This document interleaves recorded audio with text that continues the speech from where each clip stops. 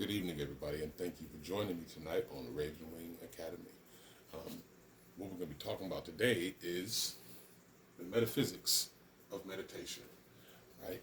And what this is going to concern is primarily the physical understanding, right? The physical mechanisms of meditation. That is to say, it has to do with the breathing, posturing of the self, positioning your body, positioning how you're sitting, or resting, laying, standing, or whatnot. Because you can do meditation in all of these different positions for different reasons, and it has to do with how the intake of the oxygen and the exhalation of the carbon dioxide affects your cognitive awareness, as it were, right? Your consciousness. Okay. Now, if you're at all familiar with the structure of the nervous system throughout the body, okay, I don't know if you can see that too well, but the blue are the nervous system, and I got the blood vessels outlined in there, done in red. Okay, so if you're at all familiar with this, you know that the brain, looks like a treetop. Okay, like as far as like how the nerves branch out like that and the blood vessels branch out like that when they get up through the thoracic cavity up into the head through the neck, right? And downward they look like roots. Okay, this is the two trees. Okay, the tree of knowledge, the nervous system, tree of life, the blood vessels, and the endocrine system, and everything else that brings the fluid through, right? So when you breathe in, okay, you're taking in life, so to speak, okay, the air, the oxygen, right? Because that's what fuels. Remember in the last video, I talked about how oxygen is needed in the blood and it's passed around through the blood, it's distributed in the blood by iron, right, to the red blood cells. That's why they're red, because of the iron. So when you take this oxygen in, you're giving it to your blood. That's taking in spirit, okay? So that goes down here into the lungs. The lungs inflate, right? The diaphragm stretches, right? That's why when you like lose your breath, that's the diaphragm spasming. So you can't actually catch your breath or release a breath or breathe one in. Now, the air comes in and goes across what is called the bronchioles, right? And they're like little sacs, like little balls at the end of each one of these roots. Okay, the oxygen goes through there, and at the ends of those, there are blood vessels, and the blood vessels are across the bronchioles like that. These little red nodules right here, the red blood vessels go across those like that. And what they do is exchange the oxygen from those through a membrane that, because they're touching. It goes through that membrane and into your blood system, and then you have oxygenated blood, right? So, in the same way that a tree breathes, right, and gets gets carbon dioxide, and it transforms that into sugars, and then the water moves that around the plant, and it gets it to where it needs to be. The same thing happens when you breathe in oxygen that the tree produces. Okay, and that again, tree of life, right? Because that's the oxygen that's keeping the body animated. That's giving you the ability to even function, your cells to even function, right? Now, the nervous system is also charged by this same how you say mechanism, okay? And it works like this, okay? Because see, the body doesn't actually measure per se the amount of oxygen it has. It measures the amount of carbon dioxide buildup. So when you're meditating, okay, and you're, say, holding a breath or expelling a breath for a long time, these are different ways of controlling the amount of oxygen and carbon dioxide that's in the body. So if you're taking a big inhale, right, you're taking in a lot of oxygen, right, a lot of spirit, a lot of fuel for those cells, a lot of energy. And that's going to heighten the awareness, okay? And when you expel all that carbon dioxide, it's kind of holding that same vibration, right? Now, the opposite or I guess like you could say a tandem kind of effect. It's kind of the same effect can occur when you hold a note for a long time, or you hold your breath inward for a long time, right? You cause a buildup of carbon dioxide, and that is what eventually, it's like a fast track to affecting your conscious state. The problem with that is most people don't know how to do this effectively without like knocking themselves out and suffering some kind of actual physical debilitating injury, right? So that's the reason for chants. They help you to moderate that reaction without you putting yourself in danger. All right, your physical self. They help you to moderate and modify your level of consciousness as you're chanting these. That's why you do them for so long. Like you don't chant something one time. Like if I was to go, I got some of my go-tos written down here. Like pretty well known one, Om Mani Padme Om. You know what I'm saying? Or Om Nam Yoho Rengekyo. Right? Om Mani Padme Om is like the divine one, the one divine vibration. Right? Mani stands for it's the jewel of compassion and enlightenment. It's like the shiny thing, a diamond essentially, right? Twinkle twinkle little star, I wonder what you are, you know that, right? Then Padma or Padme is the lotus. It's the symbol of knowledge unfolding wisdom, right? The seed is the last word, Om, right, or Hum, and that is essentially the saying like alpha and omega, because remember Om is also the first sound you make, which is the one vibration. Hum slash Om at the end of the chant is like going back full circle. So you'd be Om Mani Padme Om Mani Padme Om. You see, you just kind of link it, and it just, that's how most chants are meant to do in succession for extended amounts of time. That's why a lot of times you'll have chants that are done with multiple people, and they'll do them in rounds. That way they can actually keep it going without anybody passing out or getting tired, right? The second one I read off, Om Nam Myoho Rengekyo, right? That's I pledge devotion to the mystic law of the Lotus Sutra, or the knowledge of Lotus, right? The unfolding of knowledge, the way that knowledge and awareness in and of themselves kind of propagate life and existence, right? So when you're using those chants, right, and you're paying attention to the mitigation of your breath and how you're breathing, how you're posturing, like whether you're sitting upright and your lungs can expand fully, or you're doing something like this where there's motion involved, where that's an even greater influence on your diaphragm, because you see how I'm folding like that. That's compressing my thighs into the bottom of my diaphragm, which is gonna eventually, it's gonna make the sound a little more powerful coming out when I go down like that. And that's a common trick that a lot of singers would use, is when they sing, you'll see them put their fists and their hands right there at the diaphragm. That's the manually pushing more air out to produce a higher volume, right? A higher resonance, if you will, right?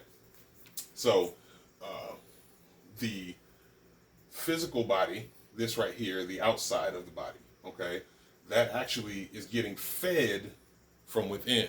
So, like I said, if you do this meditation wrong, or you do it incorrectly, and you kind of do it foolhardily, and without any kind of guidance for the first time experience, or any kind of research at least, right, you run the risk of hurting yourself physically, because what you're doing is you're trying to get better at connecting the metaphysical aspects with the physical aspects. Okay, you're trying to gain access to the tree of knowledge and the tree of life. Okay, i.e. control over your thoughts and emotions.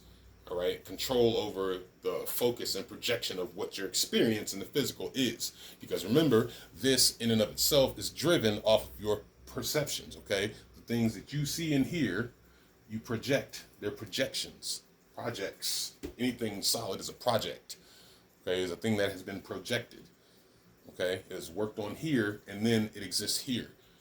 Okay, you don't create something out here first, you create it in here first, and thusly it is projected. This is why things are projects. It's just pronounced differently.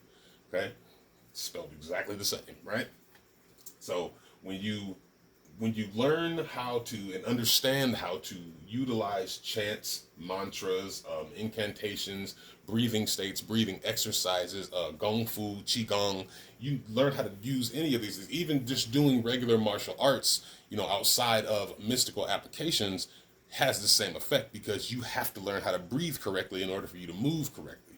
Okay, and this can help, but a lot of people don't teach the metaphysical applications of it for various reasons. A lot of those being like it's hard for a lot of people to just grasp this in a practical way.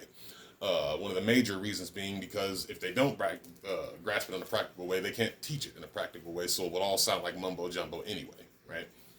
But this is one of the reasons why they tell you, when you're doing something that's extremely strenuous, you're supposed to breathe in through the nose and out through the mouth, right? Because you want to breathe in oxygen and you want to be able to let out the carbon dioxide in mass amounts, right? You don't want that buildup if you're trying to focus on something here in the physical, okay? But if you're trying to gain visual stimulus, or you're trying to stimulate your spiritual visual system, right? You're trying to see something and understand something that's outside of the physical and thusly housed in the abstract. You have to pull yourself out of the physical, but there are safe ways to do that, okay? That's what these are, essentially, right? When you're reciting these, you're aligning your inner self with the peace that the inner self comes from, right? The small infinity is being linked with the large one infinity, all right, in order for you to guide yourself on whichever path you're focused on, right? Another one of my go-tos is Om Nam Shivaya. Like another one I'm pretty sure you guys are familiar with. That means I give glory to Lord Shiva, and this is again, it's talking about Lord Shiva being representative of the creative and destructive forces. Okay, it's Shakti and Shiva. Okay, they're aspects of creation, destruction, and birth. Right, and I give glory is simply saying like you understand and you realize that everything here is subject to those two laws, right? Another one that is from Heka, okay, the ancient Kemetic spirituality is Yam Ab Pata Sekem Heka Kefera Mu Siha Sihet. Okay, and what this is you can sing it, you can speak it, you can chant it. Okay, a lot of these you don't necessarily have to sing them. I'm just used to doing that. But and I didn't do Yam. I didn't do just do Yam because that it's very long. Like if I actually sung that, it's long. It's like 3 minutes long, just the one recitation, and you're supposed to do that multiple times, right? So Yam is the Usas and Amun. Okay, this is the acknowledgement that everything comes from the one. I'm saying I am is what it looks like. That's literally what the word looks like because it's essentially what it's saying, right? Yam, Yam. Ib/Ab is the heart and mind combined, okay? Ptah is earth and sky, that's as above, so below. Sekhem is energy or the focus of your energy, okay? Vibration. Heka is the spirit of the self, right? Your duality, your spirit double, okay? Kephera is change, transformation, transmutation.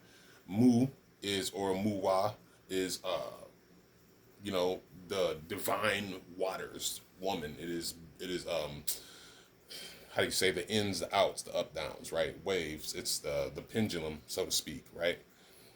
And Saha is man, masculine, okay? The masculine aspects of things. It's the sun of things, right? Sehet is the feminine of things, right? So it's like Saha and Sehet are essentially the ancient Kemetic version of yin and yang. Okay, so that's essentially what those last two things are. The rest of this altogether is where you get the seven laws of divine principle, right? The seven divine cosmic laws, however you want to put them. But there's actually way more than seven of these. These are like headings for entire other sets. So like say there would be like seven laws for each one, right? Seven sub laws for each cosmic law, right? For every principle, there's like 7 other things that go under that, and it's actually even more than that. But like you can like kind of concise it down into 7 things under each 7. So you get about 49 of them altogether. But then there's uh, one of my really favorites because it's long and it's like a song, and you can kind of just keep going with it, is the Mriti Yunhaya, okay, or Mriti Yunjaya. I've heard it pronounced. I don't like to say it like that. That feels wrong, right? But that is the Triumbakum Yajamahe Suganhim Pusti Pardanam Uvaruvam Ikabandanan Rityur Mukshi Amamritat, right? That is talking about, again, giving glory to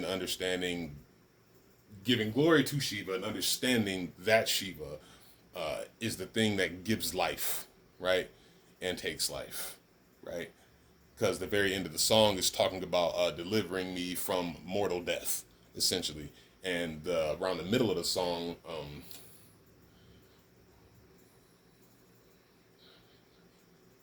Sagantim Pushti Vadanam, right, is talking about you being plucked from the vine, sweet, like you smell sweet, you're a sweet thing, like life itself being a good thing, okay, being plucked from the vine that is all life, and you being able to experience life as your own individual fruit, so to speak, grow another tree and, plant your seeds, as it were, right? But you come from this one tree, and that's, again, it's talking about like this tree physically represents the tree. Okay, and everybody is one of these trees, and all of these trees are just different branches on the one tree. The same way that every mind is just a branch off of the one, and every spirit is just an aspect of the one spirit. And every, that's again what all of these things are meant to bring you in line with when you chant them, right? The metaphysical, the outside physical, the non-baryonic, as they would say in popular science mechanics, the non-baryonic aspect of things, the non-physical matter, the things you can't test with physical instruments, type of stuff, right? So if you back to the double trees, okay, if you wanted to take it from a Judeo-Christianity standpoint, the 2 trees, tree of knowledge, tree of life, okay, you're talking about the tree, like I just described, the tree leaves up here that gather light, right, and in the air. Yeah, air isn't necessarily oxygen. Air is just a mixture of gases that something respirates, right? For us, it's oxygen and other gases. For something else, it could be more nitrogen or more carbon dioxide or more methane than oxygen. That's their air, okay? So it takes in air and light, right, to grow and grow something else, right, and spread its seeds, right? So the analogies are they're apt, right, because they're comparing the growth cycles and growth functions and characteristics of other life forms to the growth characteristics and cycles of the being human, right? So in recognizing that all life has these links, it provides a lot of spiritual wisdom and insight and as to how you should go about meditating for different things and different purposes, right? Because again, understanding that the roots around here, right, your heart is also going to be like right back in here. Okay? This is one of the reasons that spirit and mind are essentially linked as one thing. Because here is the solar plexus, right? And these are the deeper roots. This is the ground. That's the ground level right there, right? That's tied directly to the top of the tree that's getting light. And the top of the tree that's getting light is tied directly to the bottom of the roots that are getting fresh oxygen, right, and air, and water, right, from underground. So they're actually able to pull nutrients from the darkness and gain nutrients from the light at the top and the air coming in at the top and turn that into light, right, the heart. Okay, so that's why mind and heart are both often represented with light or fire retrospectively, but it's thought that mind would be a sun, whereas the heart would be a flame. And I think it's trying to differentiate between, say, a divine masculine and divine feminine as both being parts of light, because that's true. There's divine masculine dark and divine feminine dark. It's just that divine feminine rules dark and divine masculine rules light. It's just based on the characteristics of what these elements do as you see them, right? This is why they use them as analogies to describe the different aspects of a person that are metaphysical outside the physical, because these things are celestial bodies. They're higher than us. You see what I mean? So it's always been a play on the understanding of not just the words, because the words weren't in English, but a play on the ideas and the physical representations of what things are to correspond with what they mean spiritually, right? So again, like this would be like, you even call this the torso aspect. That's the trunk, right? They call that. When you exercise and you do that, they call trunk twists, right? The trunk of the tree is that middle of the spinal column. It's that spinal column that runs all the way down, right, to the body. Again, it's like I was talking about in the last video. You're talking about the sacral area. That's here. That's right there. Sacral. Because that's what they call your sacrum, right?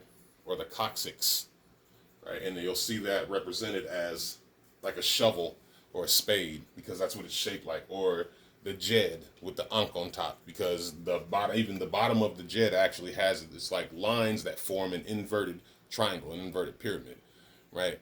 The shape of the tailbone, because that whole jed is the spinal column, and that's why at the top there will be the ankh, which is radiating light. That's why it used to be my one of the sigils I had up here.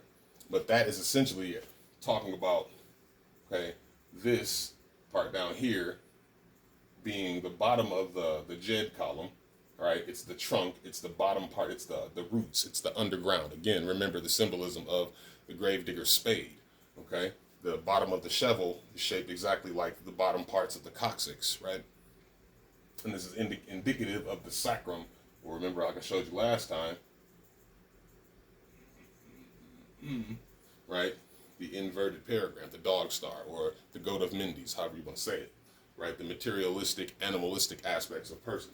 So, taking the nutrients that you can out of this area, okay, similarly to how trees pull oxygen and sugar, and I guess it's actually like glucose and sucralose out of and different nutrients out of the ground, magnesium and whatnot, right? And turn that into nutrients to grow the trunk outward, strengthen the bark, okay? That's your skin, that's your outside, your physical body, all right? But the nutrients that you're gaining from living in a physical existence, okay, are being transformed within the body, right, within this tree, and they're being used to feed the even bigger tree that is invisible. You know, you can't, it's not here, it's not material. Okay. Now, another thing that's kind of awesome about the physical body is that it doesn't just function as a shell. It's also, like I said, it's the soil in which the seed is planted. So if you think about how when you're first born, right, when you're first even conceived, right, because conception starts here first. That's why they talk about you being a twinkle in your parent's eye. That's what that means.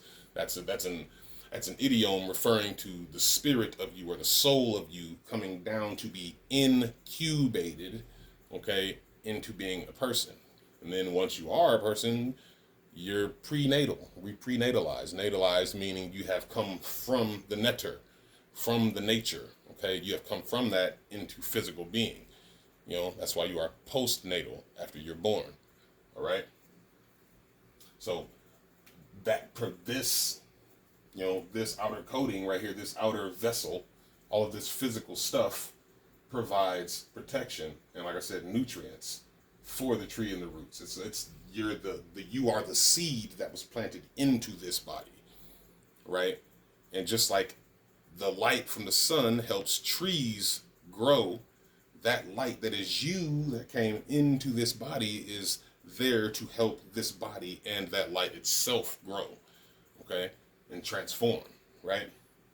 So again, the whole entire metaphysical concept behind meditation and incantations and you know what I mean, any kind of mantras that are, you know, recited for, I mean, anywhere between 15 minutes to 9 minutes to 6 minutes. There are some that they go for, I think they usually do Om Nam Yoho Rengekyo for about 108 minutes. Okay, like doing those are all indicative of trying to reach different levels of attainment. You know, attain different levels of enlightenment. Right, achieve different levels of ascension and clarity within the spiritual realm or the spiritual side of things. Okay, so it's all about the manipulation of the air, right, into the body. Again, remember, the air doesn't just mean oxygen, because you're actually breathing in oxygen so that you can displace the carbon dioxide, because the oxygen is used as fuel, whereas the carbon dioxide is the waste product. Okay, again, yin yang, right, in out. So that CO2, when held in, is allowing you to look at the dark side. Okay, remember, carbon dioxide is usually represented by what? A dark dot. Carbon is represented by a dark dot, right? Whereas oxygen is represented by a blue or clear dot or a white dot, right? These things are clearly indicative of the yin and the yang, okay? The sahet and the sahet, okay? The man, the woman, and they're unified in one functional circumference of of movement, okay? So when you understand that you are a seed of that planted into a physical body, okay, the first things that you experience and really understand in life are all material, right? They're all based around your physical sensations, right? You're hungry, or you're afraid, or you get hurt, and these are when you're a child, okay, because you're learning, okay? So growing, the understanding of all those things and what they are and how they operate within you and without you is supposed to grow with you. Okay, again, the light, the awareness of spirit is supposed to grow with the vessel it's in. That's the reason the vessel grows. Okay, and let me see. Did we cover everything here? Let me see. Yep, top of the brain from the tree or the spinal column all the way up into the medulla oblongata and the back of the cerebral cortex back here. All of this, the blue would be the tree of knowledge. That's your nervous system. Okay, that's relaying your neurotransmitters, right? All your signals, your neural signals from this nerve to that nerve, so that you can do this and that and this and blink your eyes and all that. Okay. The tree of life is going to be the red. It's the blood vessels that run everywhere to bring the oxygen, okay, the life, the life force, right? Spirit, inspiration, respiration, expiration, right? All those things have to do with oxygen or air leaving in or out of a thing. Okay, so, blood vessels, tree of life, nervous system, tree of knowledge, and combining both of those things, ye are as gods. If you eat from both of those trees, okay, ostensibly meaning to take awareness, okay, you gain fullness from both of those trees, then you will be as gods. Okay, you won't be the one, but you will understand. Okay, because and this here's the thing about that, right? Why meditation is even used as a tool to understand the infinite. Okay, understand this, right? Speak this. You can't fully understand or comprehend something that is infinite just off principle, all right? Because to understand or know something is to define it, and even definitions are just exactly that, definiting something, okay? Infinite means that a thing is not finite. To definite something is to take that away. You're taking that one chunk. If this line represents infinity, to define something is to take that section of it and call it something. And you're essentially pretending that this is separate from that, or using this as a stand-in for that entire line. Okay? So by the token of what infinity is, you could never actually know or understand by definition a thing that is infinite. But you can come to know something that is infinite by understanding yourself as a part of that thing that is infinite.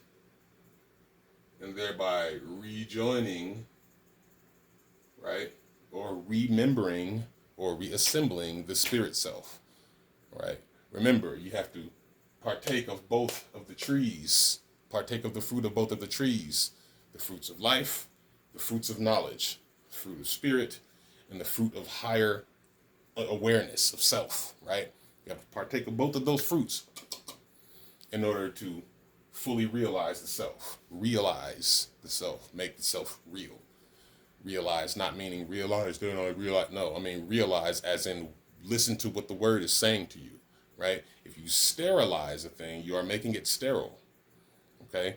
If you infantilize someone, you are making them as an infant by your speech or by your action, okay? If you realize a thing, you are utilizing your attention and your energy, i.e. caring, ka-ra, focusing your spirit on this thing to make it real. That's what realizing is. The more you focus on a thing, the more you are giving your subconscious, your spiritual aspect of your mind, you're giving that material to create that reality in your experience. All right? So again, one of the main focuses and main purposes of the metaphysics of meditation and understanding how this mechanism works is to realign your sight, your physical understanding with your spiritual capability of understanding, right? You're trying to enhance both of these things while at the same time bringing both of them into alignment, right? And this is to say making them line up, in case I'm being unclear, right? So you would be thinking that what you were going to say and doing what you said. All of your things, your thoughts, your speech, your patterns of behavior, all of that lines up. This is essentially what it is to bring the self within harmony with the cosmos. This is what divine harmony is to move within a certain rhythm, okay, and a rhythm that is non-disruptive or disruptive, if that is the actual purpose that you're here for. Some people are here for that because, again, there has to be trial and tribulation, just like anything else, in order for it to grow. There has to be mud for the lotus to grow through. There has to be dirt for the cypress to grow up through, for the acacia to spring. There has to be weight and resistance in order to get big muscle. Okay, there must be something in order for nothing to exist. All right, so it's not necessarily looking at something as good or evil that is advantageous. It's more accurate and more helpful and constructive to look at things as, again, the different ends of the battery, the cathode and the anode. Okay, you're talking about the negative and the positive. All right, these are just different ends of the same energy source. Okay, and understanding that and eating from those two trees gives you access to the energy. Okay, and then gaining access to that energy, you now open up that third eye right there. Boop boop. Okay, and this is what the metaphysical mechanisms of meditation are intended to help facilitate. All right, so if you meditate for a while and you say you just meditate for random amounts of time, like throughout your day, just to kind of ease your stress level or, soothe yourself spiritually and mentally, there's nothing wrong with that, right? But in order to attain the enlightenment and the alignment with the natural world, spiritual world, cosmic world, and the all mind and all spiritual world that ancient ancestors used to, whether you be the Indus people or the Nahuatl people, or so my people, again, the Indus people are my people, but so are the Nay people from America, okay? Whether you be any group, I'm saying, even if you're a Sarin, right? That's the Norse people. Meditation is a way for you to align your being and your experience of being with the being that you are experiencing, okay? This is essentially a physical key to unlock that metaphysical door, so you, because remember, you are what's in the body, you're not the body, so that you can jump through that, okay, as Odin did when he hung his body on the tree, okay, he hung his body on the tree and turned one eye toward the ruins of the east, And they would call the ruins of the ruins of the East because they're talking about the ruins, the past, the East, the direction from which they migrated, okay? In what was to them ancient times. So understand that the knowledge of this goes back farther than the people, most people are calling ancient. To them, it was already ancient knowledge, okay? So Odin hanging himself on that tree is him hanging his physical body up like you would hang a suit on a hanger. His meat suit, he don't need to wear it right now because where he's going is metaphysical. Okay? That's what Odin was all about, was meditating on the unseen. All right? The hidden aspect, the occult aspect, not occult like cults and Illuminati and all that bullshit, whatever. No, occult as in the word actually meaning hidden, the same thing that Amun means, the hidden creator, right? So Odin was focusing on that. He was trying to understand that, the unseen, spiritual, and all mental nature of what nature is. And this is ostensibly why he became known as the All-Father, right? Because he was seeking all knowledge, okay? He was seeking wisdom, all right? And turning one eye towards the ruins, the one that got poked out, I guess it'd be this one. Poke that out for spiritual sight. All right. And this even kind of evolved into a thing that pirates would do later. Like from this story, right? They would use that patch over their eye in the daytime, right? When they're up deck looking around, right? Surveying the ocean, see how far they are from what, making sure there's nobody trying to get up on them or no big fish or nothing trying to wreck the boat. But when they needed to go down inside the galley and get something, they would flip it to this side, so that this eye that had been in dark all the time can see in the dark. You see, there's not just metaphysical understandings that go with the thing. There are also physical correlations that mean exactly the same thing in a physical context. You see, so covering that eye in a metaphysical context is you looking into the dark, into the unseen, the spiritual, right? That's making this an unseen eye so it can see the unseen, right? That is essentially what that means, physically or metaphysically. This is essentially that, right? It's being able to close these eyes and open this eye, right? There are people who can have these eyes open and still use this one. And I like to call this overlapping, because you can essentially look at what a thing is spiritually and what it is physically, and it just kind of looks like an overlap. It's what it looks like. You can see it. But you also have to come to the understanding that most people cannot see this. So even me explaining this right now makes me sound like I'm crazy. That's fine. Let's see. I'm sure you're familiar with this symbol right here, the Om symbol. And I like to spell Om like